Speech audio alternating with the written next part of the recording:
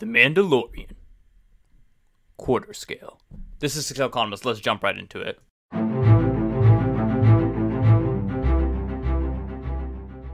What is going to be the video? This is Scale Economist. In today's video, we're going to be talking about the Hot Toys Quarter Scale Mandalorian Deluxe Set. As always, first we're going to talk about this piece from a collection perspective, and then we're going to talk about it from an investment perspective. Look, it's the Mandalorian Quarter Scale. The detail on it looks beautiful. It looks fantastic. It already looked great in 6 scale. They're giving us to it in quarter scale. I mean, everybody knew that they were going to nail it. Like, obviously, the larger you make the piece, the better details you can have on it. I love the base that comes with this deluxe set. I think it looks great.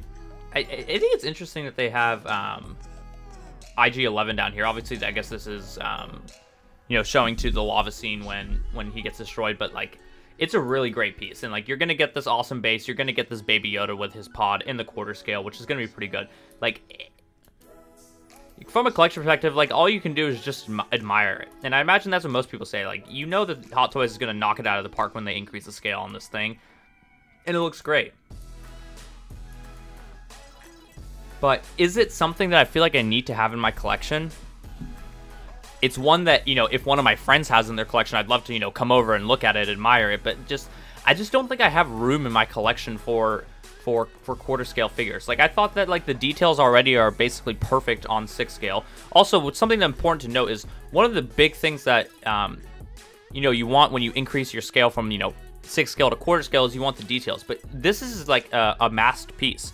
Like, you don't have a head sculpt that you can really be like, wow, look at the details on that quarter scale face sculpt.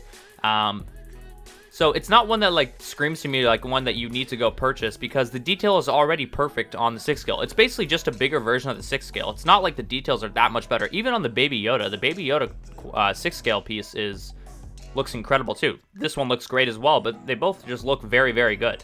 I think that this is going to appeal to people who are quarter scale collectors, I guess. And, we have some quarter scale pieces out there, like Darth Vader.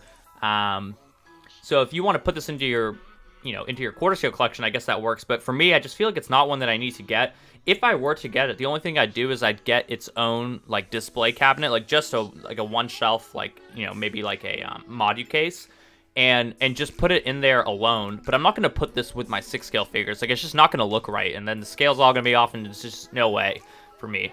And then from an investment perspective, look, it's expensive. It's expensive. Obviously, we're looking at the deluxe set, but it's expensive. At $655, if you're buying this piece, you're buying it because you just want to have it in your collection and you don't really care about ever selling it, because I can't imagine a scenario where this materially improves. And more importantly, because the price tag is so high, it would have to meaningfully increase on an absolute level for it to be a meaningful increase for you on a relative level. And what I'm trying to say is, like, for this figure, say, $700 shipped with taxes. Let's say you pay for this figure. For this figure to go to $800 in the secondary market, that's a pretty meaningful move on an absolute level. That's a $100 increase in the secondary market. But on a percentage basis, what is that, like 13%? Is that enough for you to, really warrant selling it? Like, if you want to sell it and you pay it on eBay, you're paying 10% fee, bang, you're at 3% margin there. And then you're not even including the shipping that you have to pay, you're losing money. So, from an investment perspective, for this to be a strong investment, it has to materially rise on an absolute level, maybe $200, $250, to say, maybe it's a $950 piece, for it to really be worth it for you to think that this is going to be a strong investment. So that's why it's always important with these high ticket items. You have to recognize that it has to materially move up in the secondary market, and I just don't see the demand for this piece happening in the secondary market for that to happen. Like, is this going to be a $1,000 piece? Like, you want this to be a $900 piece in the secondary market if you think it's going to be a strong investment. I just don't see that happening. And, even if it just modestly rises $100, it's just not worth your time, because, if you want to sell it on eBay, you're going to pay a 10% fee and you're going to pay shipping. You're much better off just allocating your money in a much lower ticket one, like the 6 scale deluxe version that's $313 retail, because can that be a $450 figure in the secondary market? Absolutely, it could be. And if that happens, then that's worth it for you, because now you're only paying, you know, maybe $35 fee if you want to sell it on eBay, but it's 20 bucks shipping. You're already like $60, $70 in the money if you decide that you want to sell it and you don't want it anymore in your collection.